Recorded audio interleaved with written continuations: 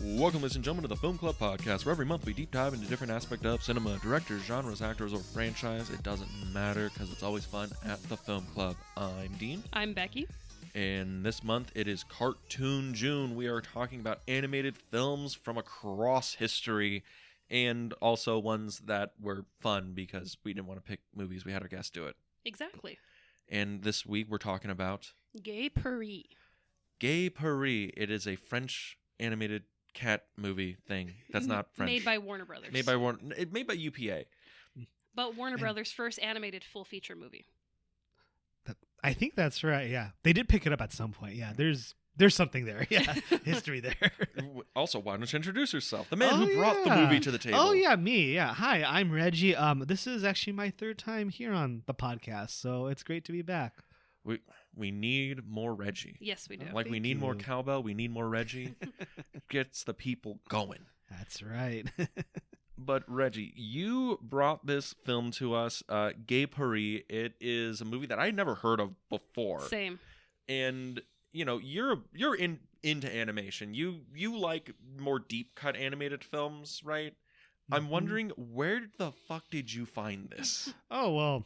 All right, I'll tell you. So I grew up with this movie, and I guess, well, me and my siblings were like the only ones who did, because like growing up, we're just like, oh, cartoon, Gay Purr-ee, woohoo, Gay Purr-ee, the Aristocats, the Jungle Book, Cinderella, just all our favorites. That like classic, fine 50s, 60s Disney animated kind of stuff. Yeah, and then just I grow up, and nobody's ever heard of this fucking movie, I'm just like, oh, okay, like I guess it passed by everybody else, but I'm pretty sure it's our grandma who introduced us to it. Mm-hmm. I think it was one of her favorites, and we would just watch it, over and over, and we just kind of, like I said, internalized it, and just like, oh yeah, everybody knows Gay Purr-ee, and it turns out that was not the case.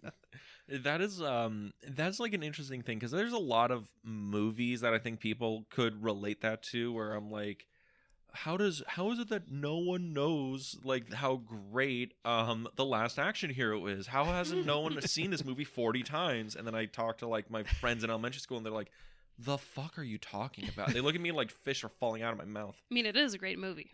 Solid movie. It's a McTiernan action movie. It's got Arnold in it, and it's the other one that's not Predator. But yeah, great Last Action Hero. But we're talking about Gay Purr-ee, and I think the biggest note I can have, like, before we get into the movie itself, is just how stacked this movie is. Because when you pitched it to us, it was, hey, I think this movie would be interesting to talk about. And I'm like, I don't know what that is. And it's free on YouTube. And it's free on YouTube. Everyone, you can go watch this movie right after listening to this episode. Listen to this episode in full. Listen to it twice, then go watch the movie. But you sold it as, this is the only movie Judy Garland ever did as an animated film. Mm-hmm. And I'm like, wait, fucking Dorothy? Really? Because this is 62, so this is like well after her as, Wizard of Oz and all that. But she brought the Wizard of Oz songwriters into this movie. Mm-hmm. Mel Blanc does a bunch of the voices in this. This is Robert Goulet's first film, period, end of sentence. It's also like Chuck Jones and his wife wrote the script for this. Mm-hmm. And I'm like, that is an insane amount of talent for this. And it bombed at the box office. Oh yeah. So I'm like the amount of talent into this in 62, like how does this even come about, right? Yeah, it is. Again, it's just such a curiosity. Like even just watching it, you're like, how did this get made? And not in a bad way. You're like whoa, I'm mind blown. Like it's just I mean, the story, the approach, the animation, the visuals, everything. It's just like, this is not like, this wouldn't get made today, honestly, Mm-hmm. And the fact is, it hasn't been remade, Everything's getting remade. Everything's got a remake nowadays, true. But not this. Well, I mean, it did. It was called Aristocats. Oh, right, Disney stole the fuck out of this movie. Right.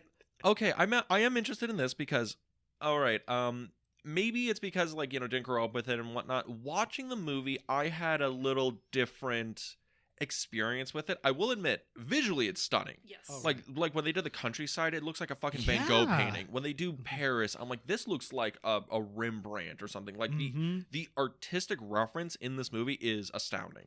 It's gorgeous. It is. Lightning in a bottle, you would say. Lightning in a bottle. Gorgeous. But watching the story or whatever, it's a little darker than I thought it'd be because there's a whole Yeah. like pimp madam subplot. Oh yeah. It's basically like a sex trafficking story. Yeah. Didn't see that coming at all. real left turn on that one. Just, Like, we're gonna get happy cats. They're gonna sing. They're gonna, do what they do. And trafficking. Mm-hmm. Yeah. Grooming. Grooming. Really weird. Take this nice country girl and like let's turn her into a French prostitute. That's right. Alcohol. And This- sell her- The cats are drinking. Oh, Bubbles and bubbles.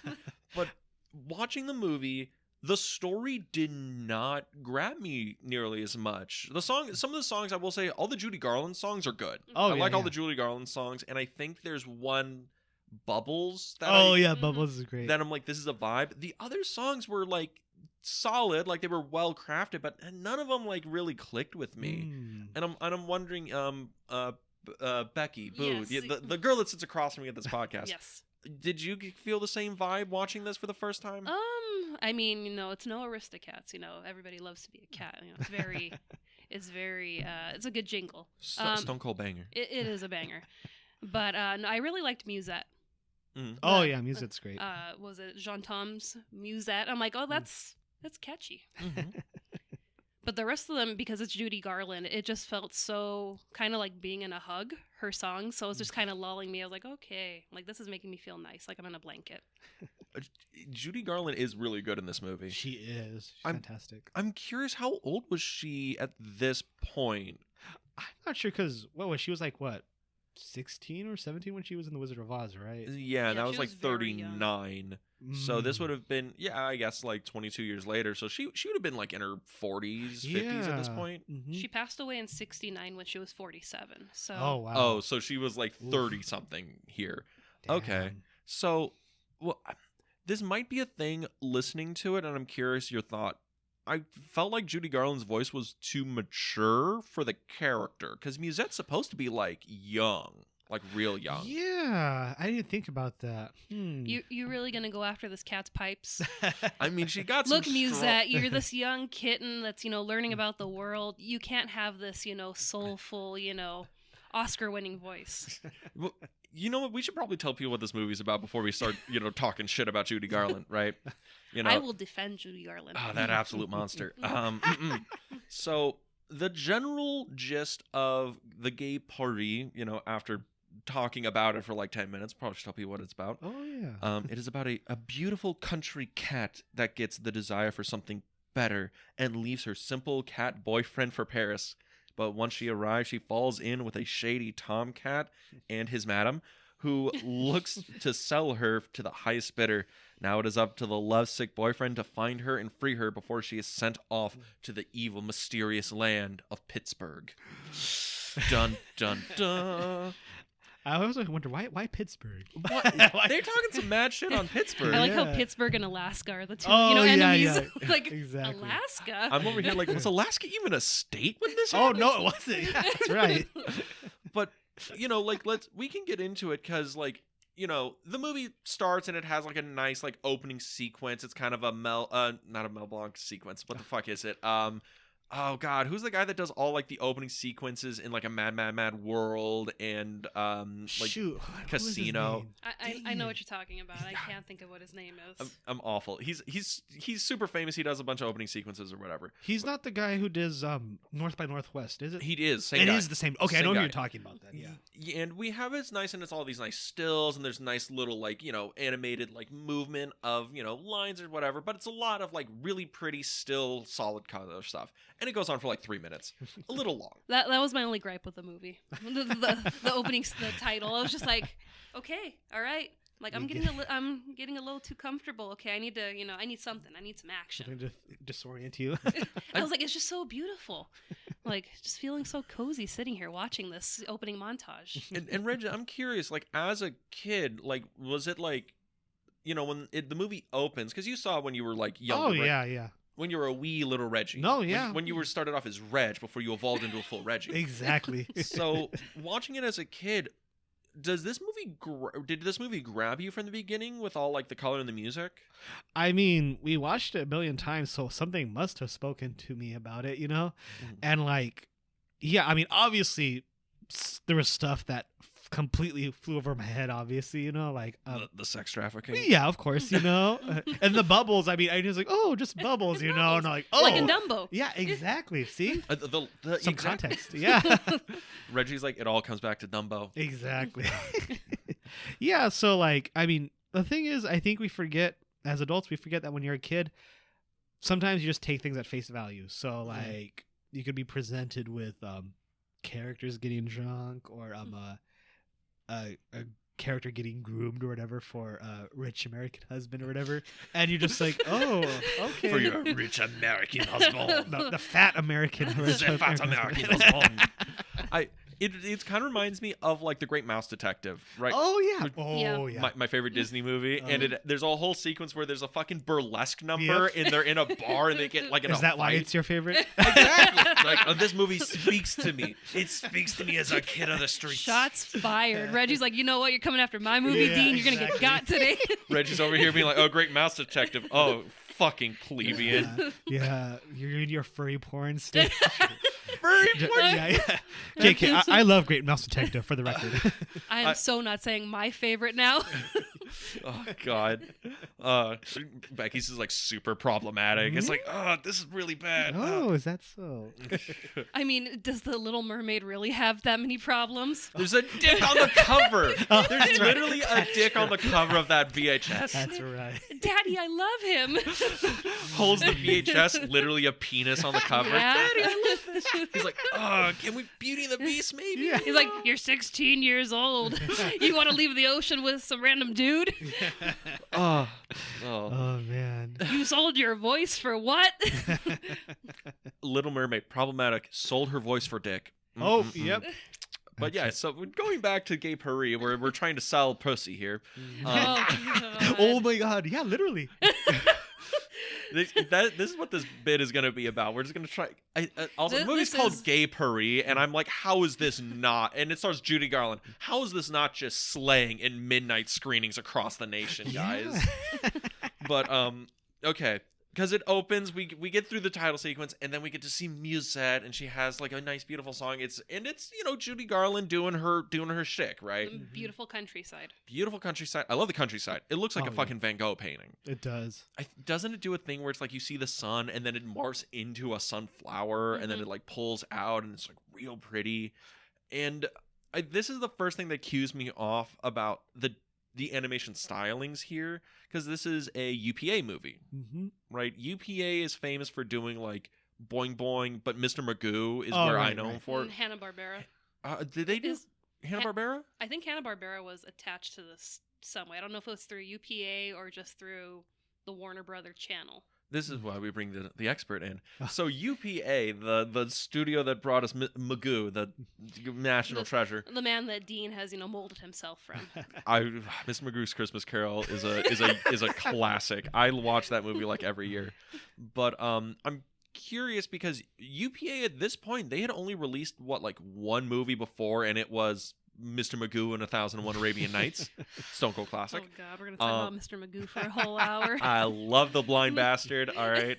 But at this point, are they a major animation studio at this point? Well, truth be told, I hate to admit this, but I never really delved deep into UPA's animation history because, just a side note, I primarily knew them from their work on Godzilla kaiju movies and kaiju movies or whatever. Because I guess one of the producers, Henry G. Saperstein, who I don't think had anything to do with this film with Gay Purr-ee, he came in and took over and it was like, all right, we're not going to do the animation anymore. Let's do monster movies or whatever. And then they produced some movies with Toho, the people that made Godzilla, Frankenstein Conquers the World, War of the Gargantuas, and just some context, I know they're from monster movies. So finding out they did this film, Gay Purr-ee, I was like, oh, that's interesting. And it turns out they got started, I guess, as animation or whatever. Like you're talking about Mr. Magoo. Yeah. I never really watched the Mr. Magoo cartoons. I remember bits of the movie with Yeah. Leslie Nielsen. Yes. Exactly. But I never got into the cartoons. And Well, because they were from an era of like the 50s was their big era, and then like they also did Dick Right. Tracy. they were the original Dick Tracy Mhm. studio.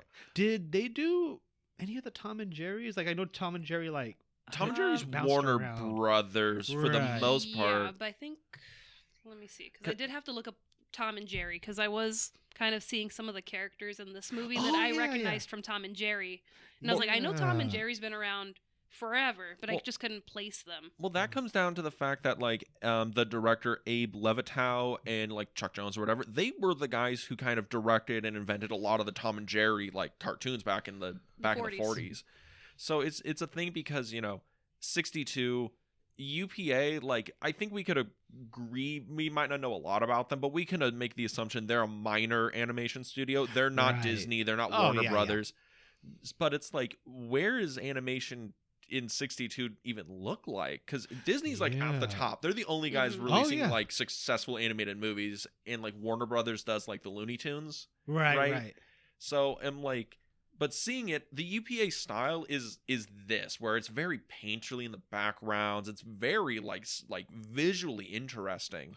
The Right. expressionistic, I guess, would be the term. No, absolutely. And it's funny because at the time Disney, as far as I understand, this wasn't even their greatest creative period. Like I think it was 62, 63. Like Mhm. I think the movie that came out that year was The Sword in the Stone, which is interestingly not really kind of like one of the higher regarded Disney movies. People are like, oh, it's a classic, it's got Merlin, but like they're like it's kind of just thrown together or whatever, and even the animation is not as like great as like Cinderella, Snow White, anything Pinocchio. before. Pinocchio, yeah, absolutely. So just in that context, it's honestly this movie is even more impressive. Just like Disney was kind of like they were kind of defunct, I guess, or whatever. Just spinning their wheels a little bit. Yeah, exactly. Trying to do new things or whatever, and not necessarily, I guess, resonate with everybody.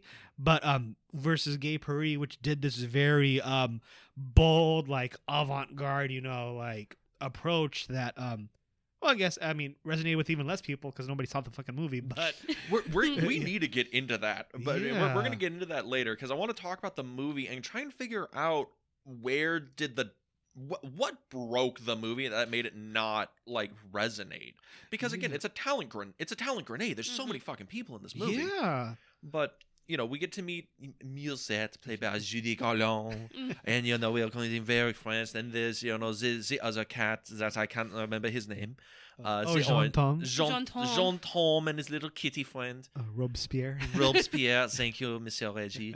I gotta point out too, it's funny, we're doing the French accents, but like none of the only with the exception of one, none of the principals have French accents. They're all just American. which is so weird to me that it's like we're gonna make a movie, set it in France, and not just any France, turn of the century, like Right. beautiful Parisian France, Exactly. and it's like, oh look, it's Jaune Tom. Oh. Hey there, Mewsette, Hey, how are you Pilgrim. doing over there? It's so nice to be here out in Paris. What is Paris, by the way? Is it a building? Yeah. I love that Is it a bit. school?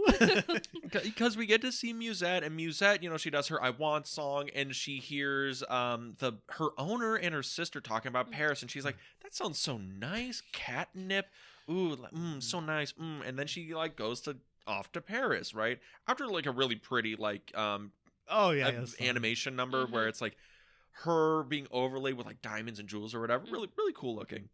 And she runs off, and then Jaune Tom. Tom Jaune Tom is like, "No, baby, please don't go." And she's like, "Fuck you, I don't want no mouse. I'm not a cat. I'm a feline." And then They're like, you're not a cat. I love that.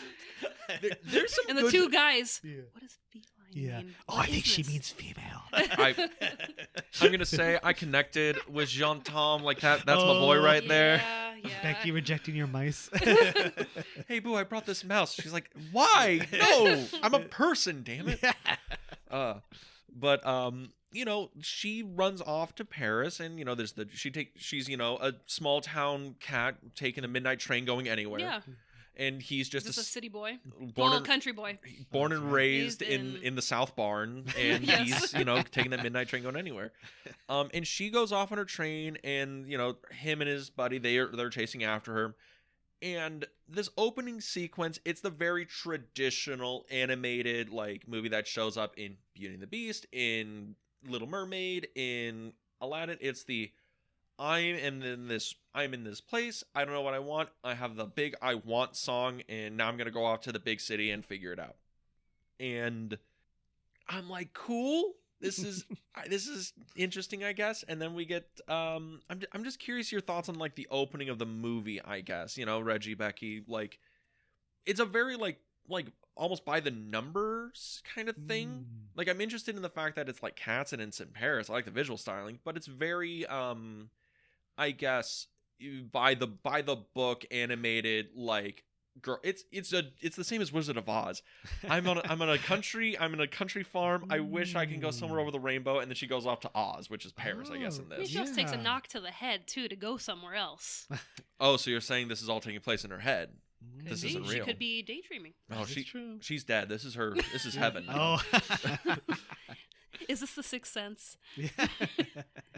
Reggie, could you fucking imagine? This is actually the Sixth Sense. This is M. Night Shyamalan's first movie. It's the story told from the mouse's perspective. Oh my god. That poor mouse. Yeah, well, yeah, it is it is interesting because I remember the first time I watched it when I was older, Mhm. I remember thinking, "Oh, like it's very like kind of like by the numbers. The story's very straightforward, just like, oh, she goes to town and she runs into trouble and they save her, It's like very like simple, like Damsel in distress. exactly, Again, the back of the box synopsis of it, the big broad one. It's like it's a pretty of the time 1960s story, right? Oh, right. Yeah. And like, just kind of like, it's like, it's a little movie, it's not going to solve racism or anything, or whatever. But like, I kind of like, mean, I still hate the French after this. I'm oh, sorry. yeah, that's right. Thanks. Yeah. You're fine. You're mostly Canadian. It's okay. That's right. Well, The only French person in the room. You're like, I'm gonna speak with a thick accent the entire time. Yeah. I hate them. I'm like So- a little yeah, Cajun. very It's basically problematic. there. Dean is very problematic. but like, like it's just, I come recently to the realization that not all movies need to do that. Not all movies need to solve racism, cure cancer, end world hunger. Like sometimes you just like it just needs to tell a nice little story and look good. And I think this movie does that. I think it does. It's not a thing where I'm saying anything's bad. I will say this right away: the movie's not bad. Like the movie's Mhm. like a solid movie. It's like I think that's the thing. The movie is like incredibly like rock solid. Like the story throughout it is like straightforward, but it's not like poorly done. The acting is Right. solid across the board. The music is like fine. It's one of those, and that's why the thing where I'm so fascinated that it bombed. I'm like, there's nothing there's nothing where I can point out as like, okay, that's bad. That doesn't work. Everything's like, this all works. Why isn't it clicking? And that's like the fascinating thing about it. And there's a bunch of movies like that. Yeah, because I looked up Disney's 1962 year.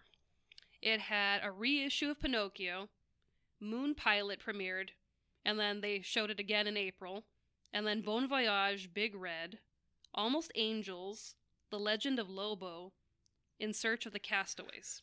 I love that Murderer's Row of Yeah, that's why unknown it's like- Disney. That's Yeah. why it's like, this would be a perfect year for a movie like Gay Purr-ee to come out and kind of, take the leaderboard. Mm-hmm. At least for the animated films, right? Those were animated films? I'm sure some of those were probably like their TV The movies, so live live action. Mm-hmm. But I mean, you're reissuing Pinocchio, so maybe that did some damage because I mean, I can't imagine that. This is almost exists in the same realm for me as the movie like Pagemaster. Oh, which right. I think we did last year. we did that last year, and Disney reissued The Lion King.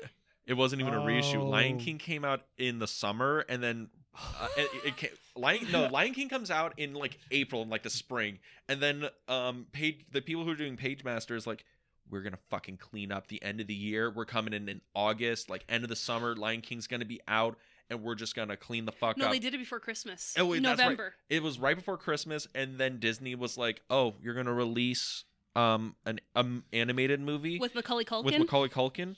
Hey, let's just reopen Lion King. Just for, for the end of the year, for the people, right before the Oscar buzz. Oh, when are we going to do it? The same day as Pagemaster. Like, Disney is fucking vindictive. But Pagemaster, another movie where I'm like, this is a great movie. There's literally nothing wrong with it. And it bombed horribly at the box office. But you have, like, the Disney effect of Lion King there. And I'm like, where's the Gay Purr-ee thing kind of working? Because visually, the movie's fucking stunning. Oh, absolutely. But, it gets more stunning when they finally get to France, right? Oh, well, yes, I mean, absolutely. they're in France. They're in, or sorry, To Paris. to Paris. to Paris. Oh, where's my escargot and my fromage? Most problematic person in the room. Have you seen Reggie's Instagram? All right, calm down. Oh my god. We're not talking about Instagram right now. But Reggie, get him. Yeah. but because on the train, this is when the plot really clicks into motion and we get like the core of what's going on. Do you mean the plot thickens? The plot thickens. It doth. It Because doth. this is when we meet Maurice, Oh, that's right. which the cat names in this, my lord. Because Maurice, he's the one that's Meow Reese. Meow Reese. He's the one that like picks up a Mewsette and starts like, so honey, do you just carry that dump truck with you everywhere? Do you want to make some money with that? God. I mean, but how do we feel about the Maurice when the plot starts thickening? We kind of get a clue as to what this is leading to. Well, yeah. Well, apparently it works, because she goes right away. Like, no, she literally pulls up in Paris, and then I don't know where he's on the train with her. Like, oh, what are you doing here? Like, do you have any visiting relatives? Oh no, I don't know anyone in Paris or whatever. You don't know anyone in Paris, really, honey? Yeah. Oh wow. And then like, oh well, maybe you need a friend. Oh, she's like, oh no, like that's kind of weird. Straight here. He's like, what? Are you suggesting anything improper? I was thinking you should stay with my sister. And she's like, oh gosh, yeah, that's a good idea. Like he just played her like a fiddle from hell. Like just within like not 5 minutes. She's from the country. She knows nothing. Yeah. Small town girl living in a lonely world. Exactly. She should have been clued in. He's got the the villain eyebrows. No, he's so obviously evil. I love how he's the cat and he looks like he has a little tuxedo on. Oh, it's yeah, adorable. So apparently that's called a tuxedo cat. That's a type of cat. Wait, those are real? Yes. Can we get a tuxedo cat? You have a million cats, and you've never seen a tuxedo cat. No, most of my cats I find on the streets. They just, follow me home. You don't just sounds about right. You don't just do that. You're walking down the street. Taking animals off the street. Yeah. Sir, that's my cat. I don't hear you. Most of them are kittens, all right. You don't just find random kittens in your walls. Come on, okay, now. Meowies. Yeah, we're gonna start calling Dean Meow Reese now. Yeah. Quiet, yeah. Kidnapping the poor kitties.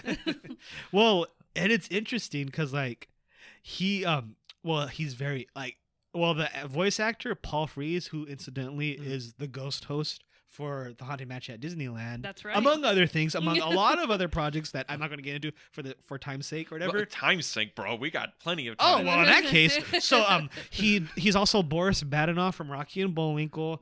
Really? Yeah, that's him. He does the Russian accent there, but he's doing the French one here. Oh. And then he's also he did the dubbing for a bunch of the Godzilla movies. Like you can hear him, in there. And like he's the villain in King Kong Escapes, one of those movies, and he's great. It's one of my favorites. They're all my favorites or whatever. But anyway, they're all my children. Exactly. I can't choose. And he actually has an on-screen appearance in War of the Worlds as the OG War of the Worlds, 1953. Oh shit. As a radio reporter, and so he's got quite the oeuvre. Is that how you say it? Oeuvre. We got to say it like your French stereotype. Oh, see, oui, or I CC. can't wait. To Spanish. Becky's over here like we cannot release this. The French will hate us, Oh, and I'm yeah. like, no, this will get the Do French it. on us. They'll be like, finally representation.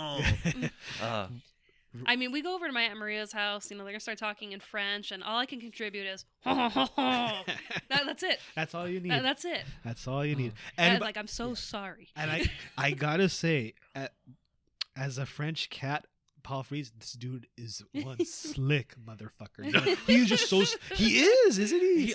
Honestly, just- the voice performance on it, I'm like, he's selling it. He's He is. so fucking selling this Mhm. sleaze, this style. I think the animation matches the voice super well for yeah. him. But again, another person where I'm like, oh, another's like Murder's Row. This guy could lead your movie in any animated film. Mhm. Mhm. And but she gets to France and she gets to meet Paris. or She's been in France the entire it's time. not my fault. Judy Garland sounds like she's from Kansas. Okay, I don't know my countries, okay? to reiterate, I'm a dumb American and I do not know what this Europe is. Is that a cheeseburger? It's kind of like when, you're just talking in your regular everyday life and you go really southern and I'm like, the only southern you've ever lived in is California. Yes, it's a holdover, all right. But so they get to Paris, Yes. Paris, and this is when Mewsette actually kind of gets like brought into the fold, the brothel lifestyle, where she meets the sister. The madam? The sister, quote unquote. The sister, quote unquote, the sister madam. Yeah. And this is where she's like, we'll teach you how to do, to purr and to this and to that. And it is very hilarious how they're like doing the whole thing of like, oh yeah, you're gonna purr and nuzzle up to people as code for like, yeah, so we're gonna teach you how to get down, honey. All right, we're gonna show you, because this is Paris, goddammit. All right. But the movie goes into like this really weird adult place kind of early. Like this is within like the first 20 minutes of the movie, 30 minutes of the movie, and it goes to this really adult place, and I'm kind of taken aback by it, because like all the other animated movies at the time I can think of are like, they have like spooky or scary moments, like Pleasure Island and Pinocchio. Oh Yeah. yeah. We're gonna drink and break stuff and go And around, smoke cigars. turn into donkeys or whatever. And then, you have the heartbreakers. I just want my mother. And it's like, oh, God. Snap my soul in half. But that's like one section of the movie. Even like other anime movies I can think of, like not Black Cauldron, Sword in the Stone. There's like spooky stuff in that, but that's like one little section of the movie. This is like front and center. We're talking about child prostitution in Paris. Front and center. That's what this movie's look about. at Snow White. She almost gets got in like the first few minutes. I want you to not only kill her, cut her heart out and put it in this fancy box that I have just for the heart. And the only way she could be awoken is by being kissed by a man without being confirmed that that's okay for her. Like That's right. that movie's problematic. That movie's problematic. Snow White. But it's just a weird thing that the movie goes very adult, and I'm kind of curious your thoughts on like the animated movie, like a movie like this doing that, because it seems like it's really aimed for like younger kids. Right. Well, again, you brought The Great Mouse Detective. That had a straight up like burlesque or whatever. Yeah. So yeah. like this. Reggie's like, I'm here to destroy everything you love. Yeah, exactly. Reggie's like, hey, don't come at the king and miss my brother. All Yeah. right? Yeah, like so honestly this is pretty tame and coded compared to that. Like it's just like, oh yeah, like, oh, he's gonna sell her to a cat who wants to marry her, Yeah. like very coded or whatever, but like the adults will know or whatever about kids. Just like, again, right over your head, He has his own postage. Yeah. Oh yeah, he does. He does. He writes letters. I know. With He's a his man of little wealth and ballpoint taste. palm. I know. The man or the cat has invisible ink. What doesn't Meow Reese have? It's just fascinating that like Chuck Jones and his wife wrote this. Oh right. And like people would know their, like, at least Chuck Jones is like oeuvre, like his directing and writing or whatever, from the Looney Tunes like shorts, right? And those are all like, some of them are like done with like no dialogue, and they're just like you get what's going on, or they're done with like Wagner and shit. Oh yeah. The best ones. Yeah, exactly. But in finding out that this story meant so much to him that when he did it, Warner Brothers found out and fired his ass. Oh yeah. It's like what compelled him so much? Was this a true story? Was he a young cat at one point that went off to Paris and was taken advantage of? I had so many dreams. But it's just kind of interesting because Chuck Jones is like a legendary and in the Yeah. animation world, right? Yeah, and like over in Santa Ana, we have the Chuck Jones Gallery or whatever somewhere at one of like the marketplaces, kind of, Mhm. And I've never actually been, yeah. So yeah, but of course, like I mean, his reputation precedes him. He did a lot of the classic Looney Tunes shorts, I believe, in the 50s, Mhm. and yeah, like so, yeah, and like this film, I guess he did Hush Hush or whatever, like.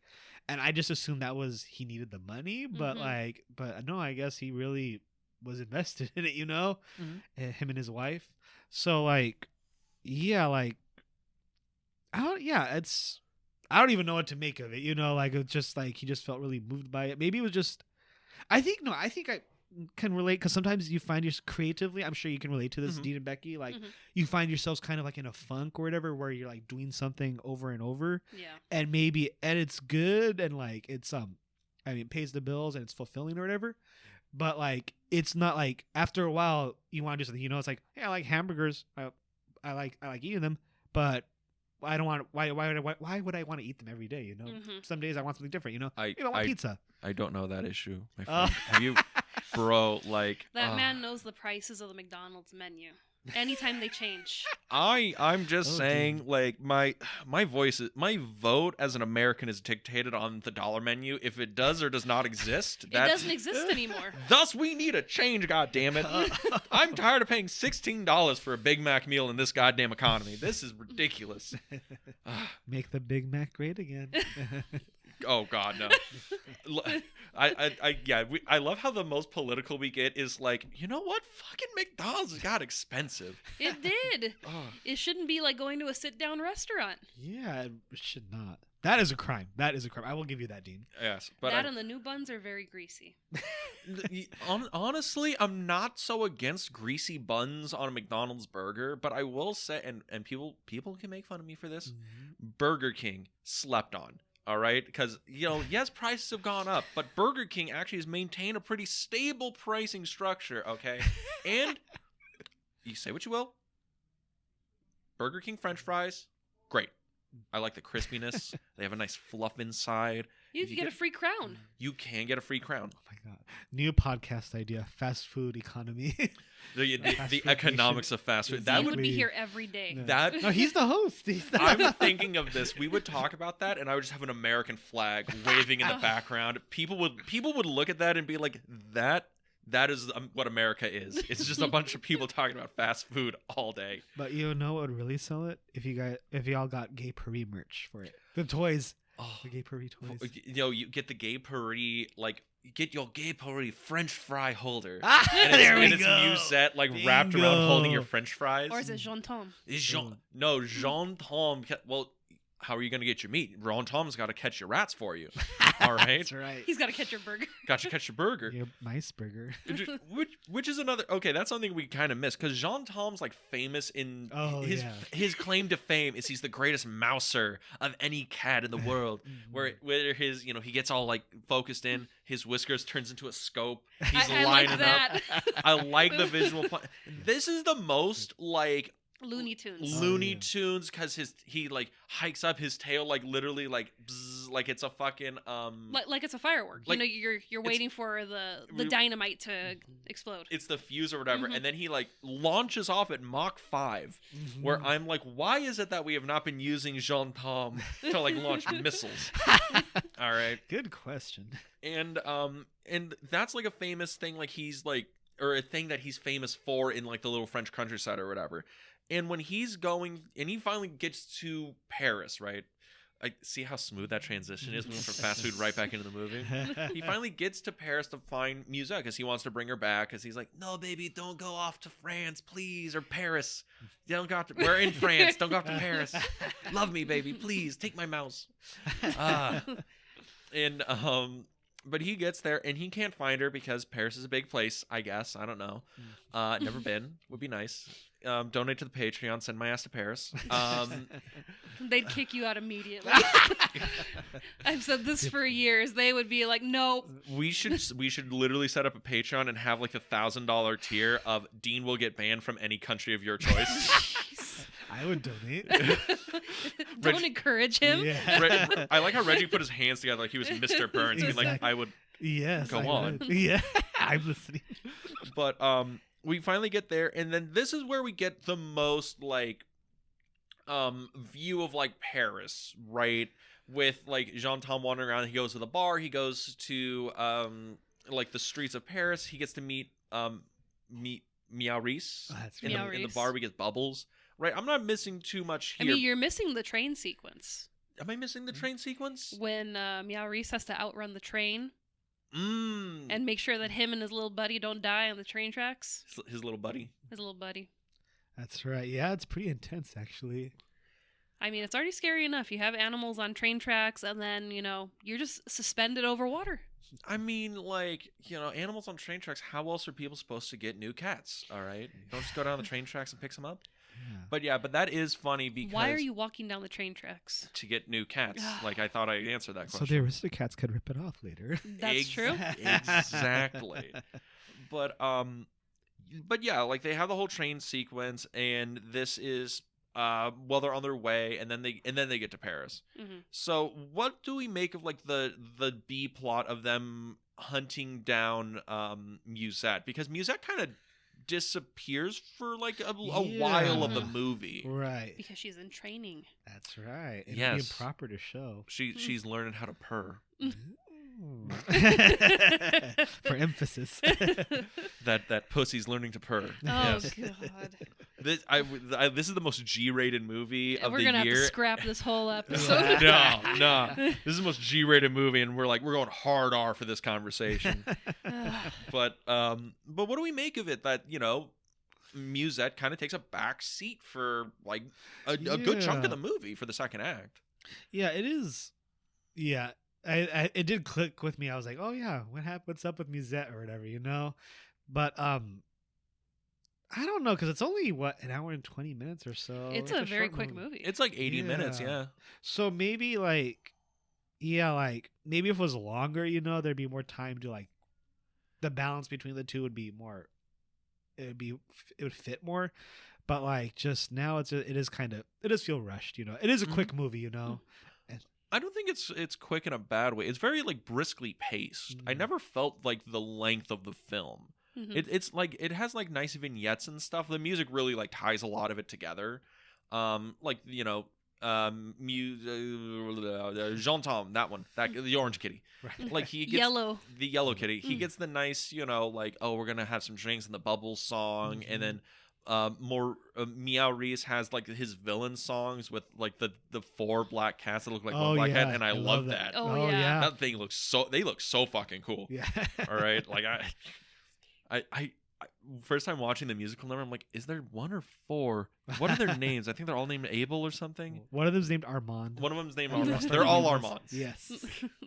But yeah, like I think the movie ties itself together really well. It's well paced. It's just interesting that we don't go back to Mewsette until she's like completed her training. Yeah, there could have definitely been more scenes, I guess, of Like a that. montage of her Yeah, training. a montage at least, get the point across, But like, yeah, because like again, like you were talking about like how Jaune Tom and like has like a fun song and Bubbles, and then like there's other fun stuff going on, but like Mewsette, like I feel like most of the attention that's paid to her is like very dramatic and like heavy, Yeah. Yeah, and I mean, for what it's worth, she is a very dramatic character.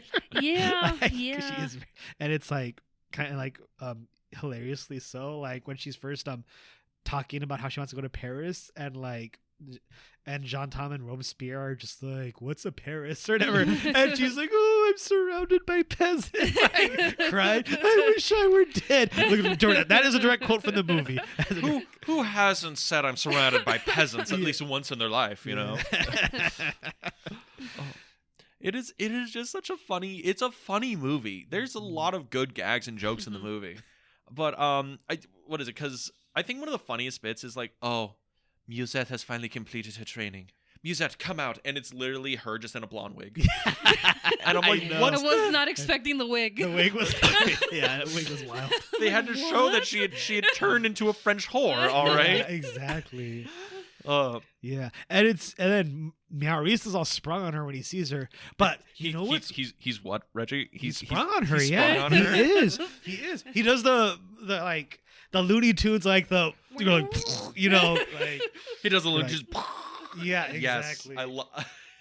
He does. He really does. This movie gets the nice Looney Tunes bits in it. It does. And you know what's funny after that? He does that, and then he's like, oh, great, she's ready to get sent to her husband. So that's really interesting to me, because, like, I think, like, it feels like, well, again, he's very charming and seductive, and I think going in, you're thinking, oh, he's the villain. He's going to want to get with her or whatever. Mhm.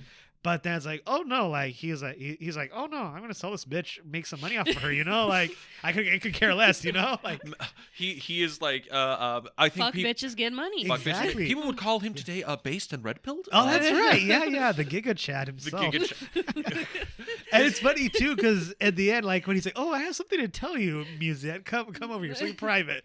And she's like, "Oh, is that so?" He's like, "Yeah, it's about love and marriage." She's like, "Oh, you're thinking about it." She's like, "Yeah, I got a husband for you. Here's this dude." It's like, I wouldn't marry you. I would do everything in my life for love, but only if that love is from money. Now Exactly, get in the box. exactly, No, get in the box, bitch. exactly. It is a thing where it's just like, what the fuck? Again, like I'm vibing on this movie, and then the shit like that happens, and I'm like, oh, what the fuck? This And was then the Mewsette- 60s. She throws herself out a window. Oh And- yeah, she does. Throws off on the window, goes on the run. And jumps off a bridge too. Yes, she jumps off the bridge. She hides in like a fucking fountain, Mhm. and like I love it when it's like, oh, Armand is up on the fucking gargoyle overlooking Paris. And like, where is she? And then he slinks off, and then it zooms out, and she's like snuggled up, Yeah. hiding in the little gargoyle statue. I'm like, oh no, oh no, little kitty, no. Yeah, and one of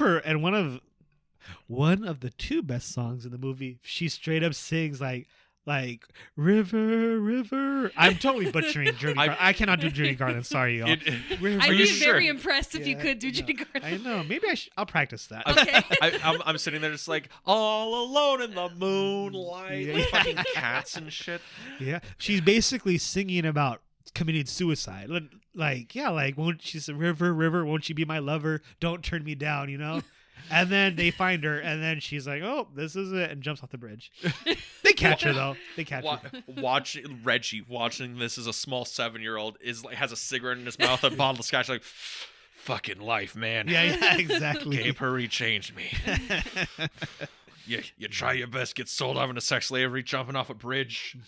This movie's so fucking heavy. It It's is. so heavy. And then she gets put in a little box. And then, meanwhile, in the whole time of this, you have Jaune Tom and Robespierre, who've been sent to Alaska. Mhm. Yes, They I get love drugged and sent to Yeah, Alaska. they get Shanghai. They get Shanghai. they get shanghaied. Yes, they get blitzed. They wake up, they're on a boat, they're going to Alaska, and the guy is like, "Oh, my little kitties, we will be rich as fuck. Yes, let's find our gold up in Alaska." And I honestly really do love like the Alaska landscape because it Oh, looks yeah. so painterly. It looks like a Bob Ross painting. It's beautiful. It looks like the Yeah. Gold Rush. It looks like the gold rush. Like this, there's a actual like when they're walking through, it's almost a visual 1-for-1 reference to Chaplin's Gold Rush, which I love my nice visual references to silent cinema. It's good shit.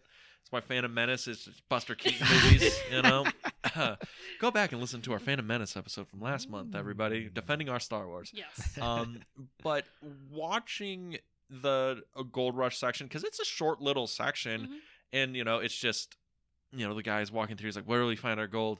And Jaune Tom's like, "I don't know, but is that a mouse? A 1x1 pixel on the horizon?" Yeah. Beep, beep, beep, beep.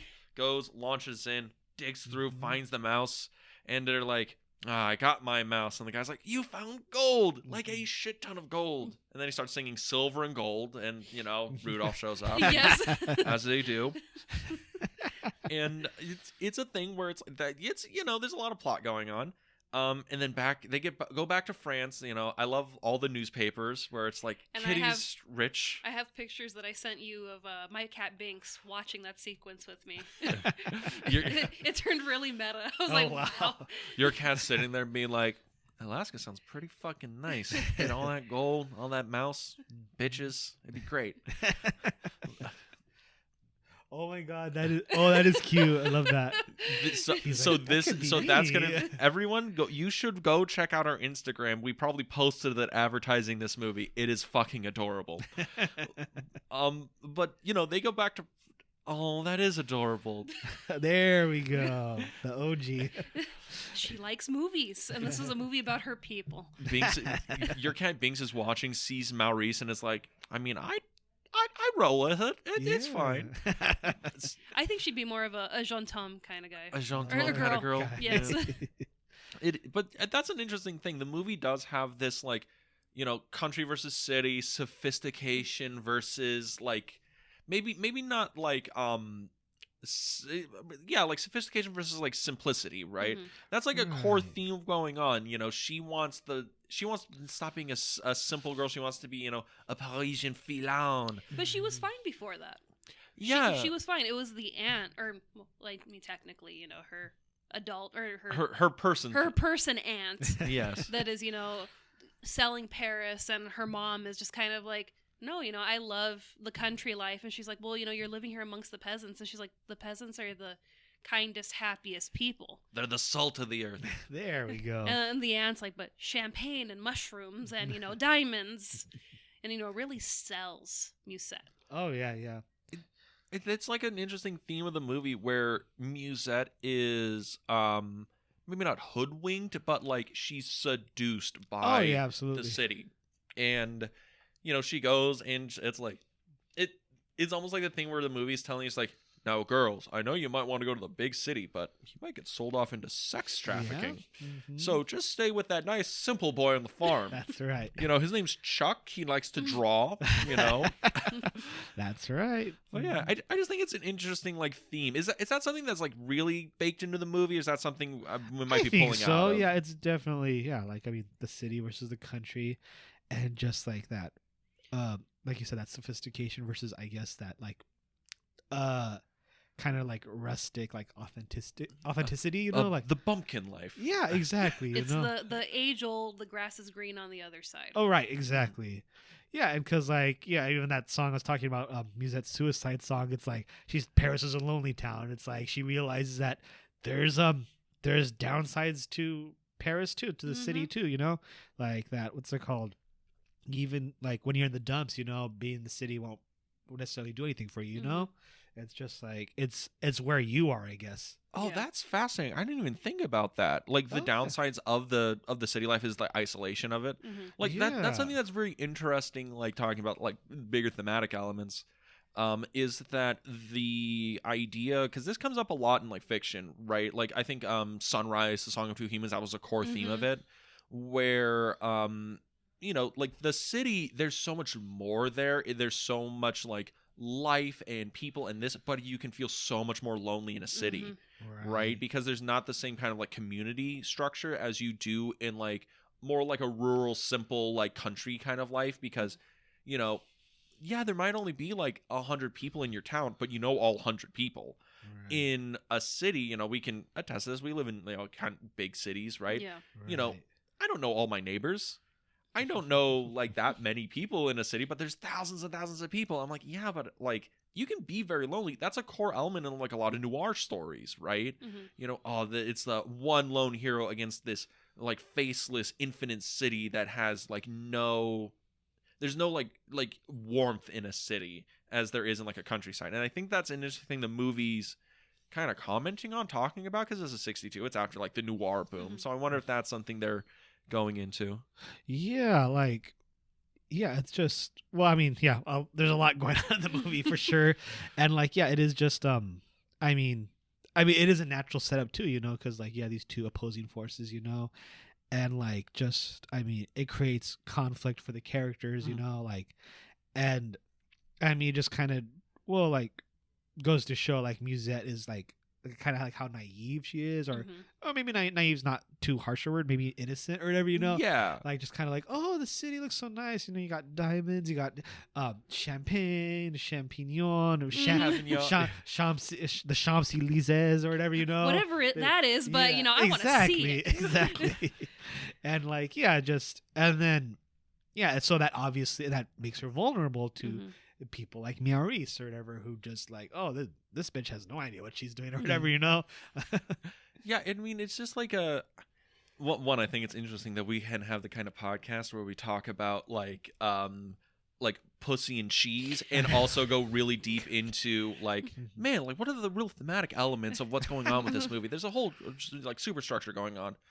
But I think it's just interesting that the movie, even though it's like a rather straightforward, simple, like kids film, right? That has like more adult themes and elements. Oh yeah. There is baked in real like themes No, and absolutely. ideology, right? Yeah. Yeah. Well, like even take like the other best song actually, which actually might be the best song of the film, Little Drops of Rain. When Oh yeah. Okay, yeah, I yeah. love the Little Drops of Rain. That's one of the Yeah. real bangers in this Oh, movie. it really is, and which is saying something.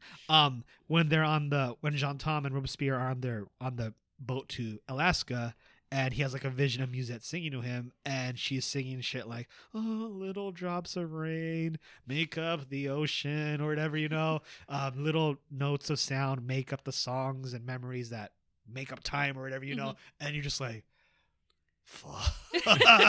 This is and Judy heavy. and Judy Garland singing this too, no less. So yeah, Yeah. like It's really It gonna hits hit you. you in the feels. And it's a thing where Yeah. it's like you even do the whole meta aspect of it, where it's Judy Garland who is like lived a rough life. oh yeah, Mhm. a- exactly. had a rough go, and she's singing these songs that are so heavy, and you're just like, God, Judy, it's okay, baby.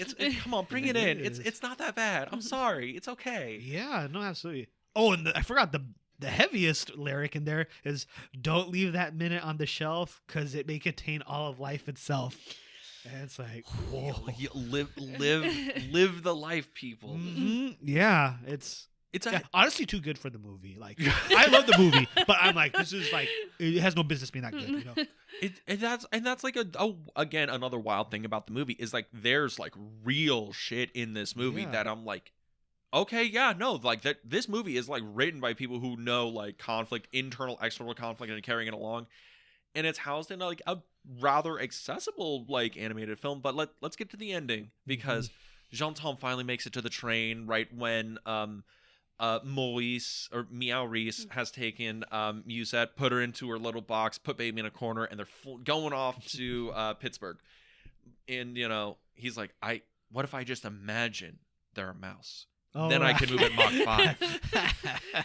And he manages, and he gets to The cats are evolving. The cats are evolving. Everyone, be careful. The cats are watching you. The cats are not as what they seem. And he gets to the train, and there's a huge like knockdown drag out fight between all the cats. You know, the Armand brothers are there. The Meow Reese is there, and Jaune Tom is like, I'm from the country. We throwing down, and like bodies him. Big nice, you know, cat fight, right? And then he manages to defeat them. Gets Mewsette out of the box. They have their nice. Oh man, I love you. And then the little kitty has an evil idea and shoves Meow Reese into the box. That's right. And it's like, well, he's gonna be mad that he doesn't get a husband. Meow Reese, I guess we'll put you in the box. Have fun, buddy. Send his ass to Pittsburgh. Yeah. Why Pittsburgh? And you know, I'm trying to remember the exact like ending because they had like the resolution. And is it them like? And does it pull out and we see like Paris again? Are Oh, they yeah. heading back home? They're heading back home. Is that what it is? Yeah. Oh, okay. Yeah. I just because they're on the carriage or whatever, and they're just traipsing through Paris. But I didn't make that Carriages are connection. made Yeah. for kissing. Exactly. Oh, Line that's into right. the- Another banger. Yeah. If we got rid of the carriages, we would get rid of half of the kissing in all of France. Which, again, really selling that this is about hooking, right? Yeah, not many songs, kids movies about making out versus just like "I love you, you love my life" versus just like, "Oh, we should make out," you know? I mean, what's the name of this song? Tonsil hockey. Ah, Tonsil yes. hockey. But that's like the core of the movie, and you know we talk about themes or whatever. But like after the movie's like kind of wrapped up, Becky? How did you feel at the end of the movie? I felt good. Felt good, Felt good, you know? strong, you know. Mewsette, she got out of this terrible life. She was saved by Jaune Tom. Mhm. and they got the happy ending Okay. instead of her plunging to her death. Which, little heavy. Little heavy, and that probably would have harshed my mood a little bit. But no, she got a happy ending, and she learned there's no place like home. No place like home. There's no place like home. Click your heels 3 times and go back to the country. But I agree with you. At the end of the movie, I felt like, oh, that was really nice and cute. There's some like heavy stuff Mhm. there. Was there parts of it where I'm like, okay, this is like, let's don't bore me with the chorus. Let's get to the verses here. Mhm. But overall, I'm like pretty solid. Yeah. And then I see like the reception this movie got. And this movie made like very little money. It was like the last movie Judy Garland did as an animated film. UPA never released another feature after this. It's one of those things where it's like, looking at the movie as a whole, is there any reason we can figure why this movie didn't work, didn't resonate? Is it because it's like a little too heavy for the times for a kids movie? Is it a thing where maybe people didn't really get it because, the same, maybe not the same formula, but a similar movie Disney makes a few years later, Oh, or yeah. I guess 10 years later, because I think Aristocrats is 72, 70. Oh, wow. 70. Oh, okay. So like, close to, yeah. almost 10 years later, they release a movie that's very similar. Yeah. Cats, France, there's drinking, there's this, there's that. They want to kill the cats, heavy movie. Mm-hmm. And that one's successful to my knowledge. Yeah. So what do you think about Gay Purr-ee that doesn't resonate with like the 60s audience? Yeah, I'm honestly not sure because like it does feel very much of its time. Like it does feel like I kind of feel like Breakfast at Tiffany's, kind of like Oh they're- God, Breakfast. Yeah. Oh yeah. We both kind of liked it. Yeah. You know the song, right? Oh yeah. What? There's what is that based What? on something? I know the song. We both like Breakfast at Tiffany's. Like going Oh. out getting food at Tiffany's, right? Yeah. Yeah. That's right. Yeah, not that Audrey Hepburn movie. Fuck that movie. Wait. There's an Audrey Hepburn movie Yeah, called yeah. Breakfast Fuck at Tiffany's. that. Yeah, we hate Oh. Audrey Hepburn. Yeah. Oh, really? Yeah. Huh. I had no idea. We'll have to do an episode about that one day. We have sidestepped that one quite a few times. Oh, cowards. but But I love you- Audrey Hepburn so much. There you go. We'll Everyone have to. thinks we're like, oh man, they're like, bad people. I'm like, no, we're not. We just like talking about movies, Yeah. like nice wholesome movies. Yeah, that's what I say too. That's what I tell everybody too. Oh. But like, yeah, like it's just yeah, like maybe it just really was too sophisticated for the crowd or whatever. People, I don't know, like, cause I mean, I feel like now, everybody's just kind of like, there's no like separate markets, like demographics or whatever. I feel like it's all just one big audience or whatever, like the people who are watching the Marvel movies are the people who are also watching A24. I feel like, like Mhm. people are just film fans, they're not movie fans, they're just like, oh, watch it because it's a movie. Back then, I'm not sure. Like, I think people were like, oh, There was a lot more defined demographics. exactly, Yeah. and like also information didn't travel the same way, so like, yeah, like I don't know how much money UPA had to promote the film or whatever, Well, Warner Brothers distributed it. Oh, right. That's actually how they found out Chuck Jones was Right. attached to it. And I'm like, that feeling when you're Chuck Jones and you're just like, hey, UPA, don't let Warner Brothers know I might get in trouble. And they're like, not a problem. First meeting, Warner Brothers, do you want to distribute the film? Yeah, sure. Who directed it? Abe Levitow. Oh, okay. We know him. Yeah, we've worked with him before. Who wrote it? Oh, yeah, it's some guy. You might not have heard of him. Charles Jones? Wait. Charlie? Wait a goddamn minute. And then he gets his ass fired. Which- Yeah. Neither here nor there. But it is a thing where it's like, maybe demographics is a thing for why this movie didn't do so well. Yeah. Because the movie feels like it's aiming for a little above the, 5 to 10-year-old range yeah. that traditionally animated films were looking And for. 62 was kind of a packed year for movies. Oh, really? I'll list a few movies. Maybe you guys have heard of them before. Usually this is my bit. I'm so happy right now. So, a little film called Lawrence of Arabia was Oh. released. God, Fuck yeah. me. Okay. The Longest Day, Oof. The Music Man, Oh, Oh, fuck. wow. Okay. To Kill a Mockingbird, Oh, fuck. Ooh. How right. the West Was Won, The Manchurian Candidate. Oh shit, yeah. Let's Damn. see. Is Mutiny on the Bounty. that's the fucking Brando one too. Yes, that is. It's The Man Who Shot Liberty Valance. Wow. Okay, so this might have been a fucking Yeah. heavy So year. like, yeah, if you were a kid and this was your option to watch that year, you'd probably be like, yeah, I'm good. I get that. You mean I watched it, but like if I were a kid in '62, I'd be like, yeah, maybe I'll go see the Music Man instead. Yeah. Another Warner Brothers movie. Yeah. Oh yeah, that might.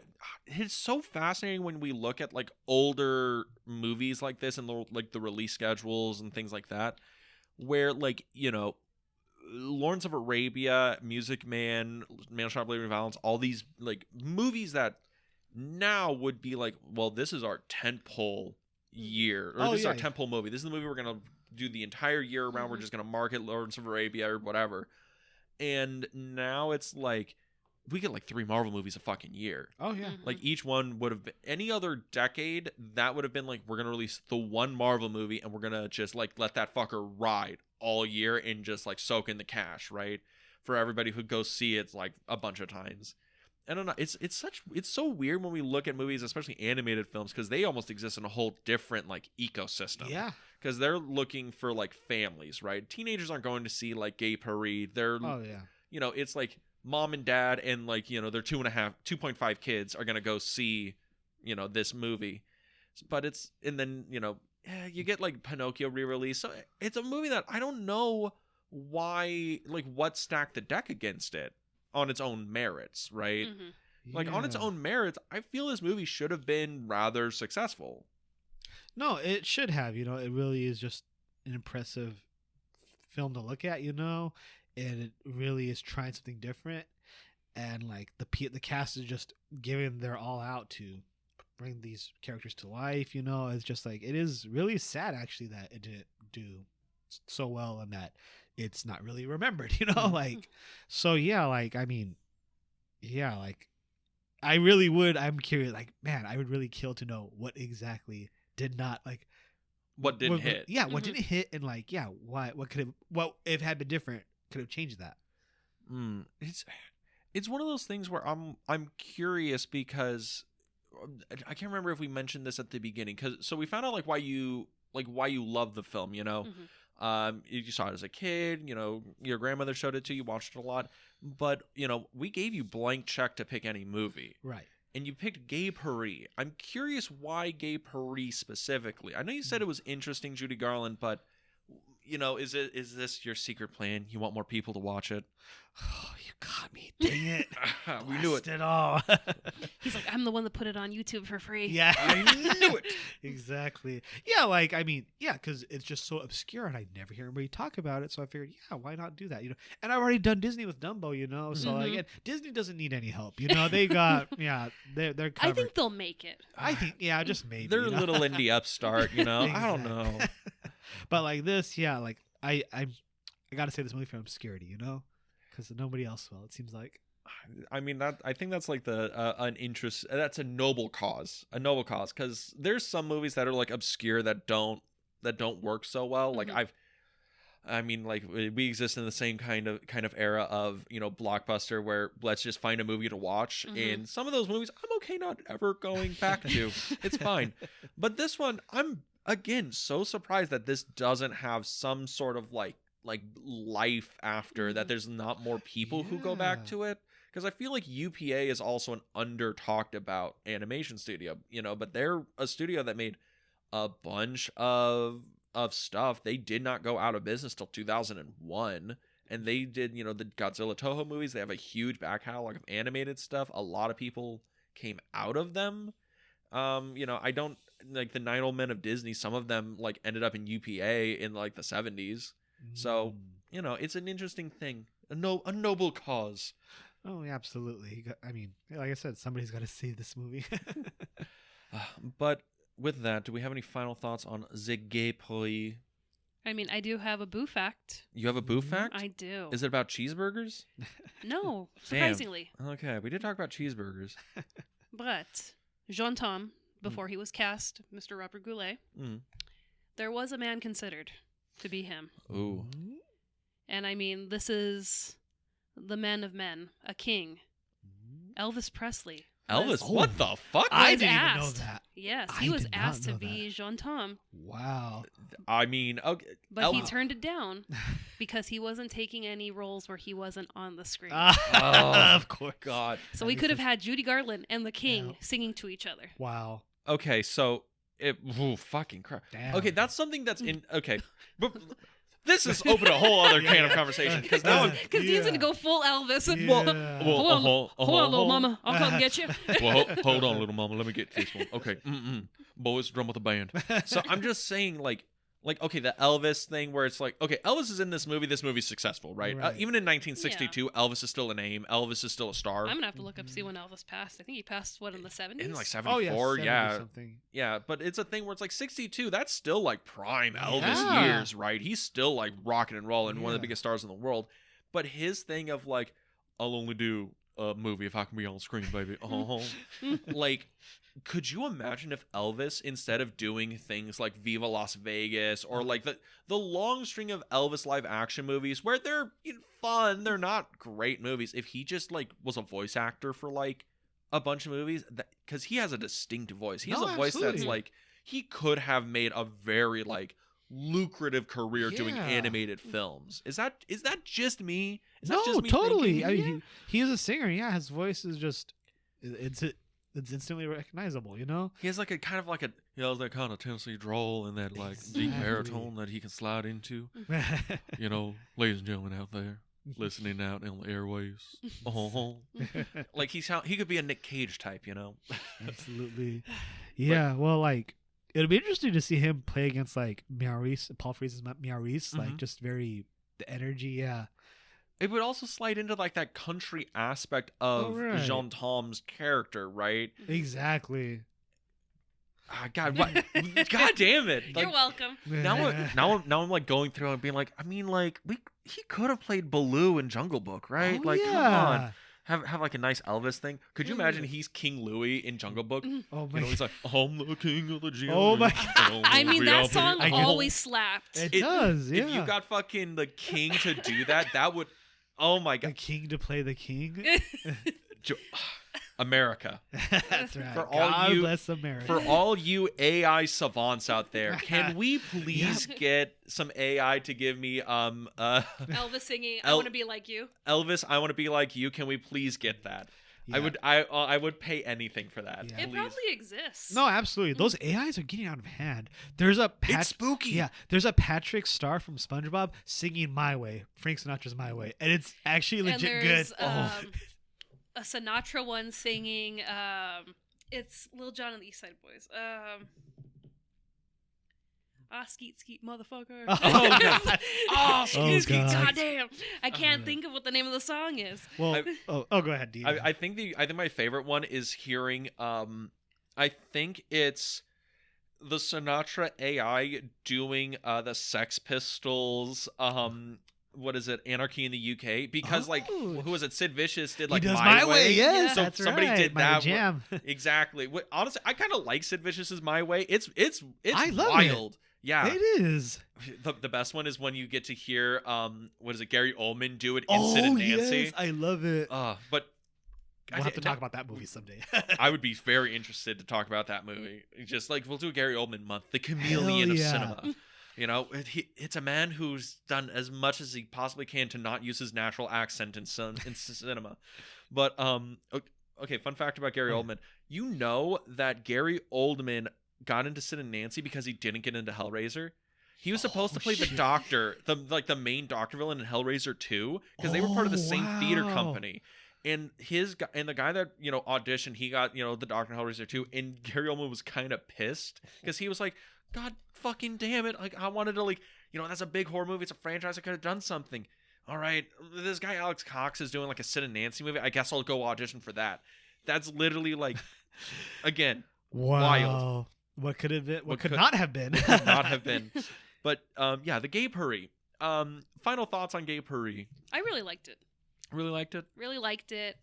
Just a beautiful movie. Absolutely. I mean, I loved, seeing not only just the art on the screen, but they start to describe, the great artists of Paris. That they show Monet and Van Gogh and Modigliani, And it was just like, okay, you're not only showing us, you're also teaching people, No, about the absolutely. greats. That's something about the movie that I think stands test of time. If anyone out there, even if you're just like, cat French movie, whatever, you can watch this with the sound off. This Oh, yeah. movie's beautiful. Mm-hmm. Like you can just watch it and pull stills, and it's a vibe. It's a vibe. It's painterly. Mhm. That's the best way I can Right. describe it. Like the countryside, like background looks like an impressionistic, like Rembrandt. It's like that Van Gogh movie they did in the recent. Oh, Love Love Vincent. Love and right. Vincent. Yes. Where it's That's all like right. it's oil paintings and like rotoscoping over like stuff like that with oils, and that movie is like again very beautiful. Oh yeah. And that's why I'm like the movie is gorgeous. And when Meow Reese is describing Musette, like, oh, these are all the paintings of France, and it's like Modigliani, and it's Musette in these paintings of like Mhm. Modigliani, Van Gogh, Rembrandt, Lautrec.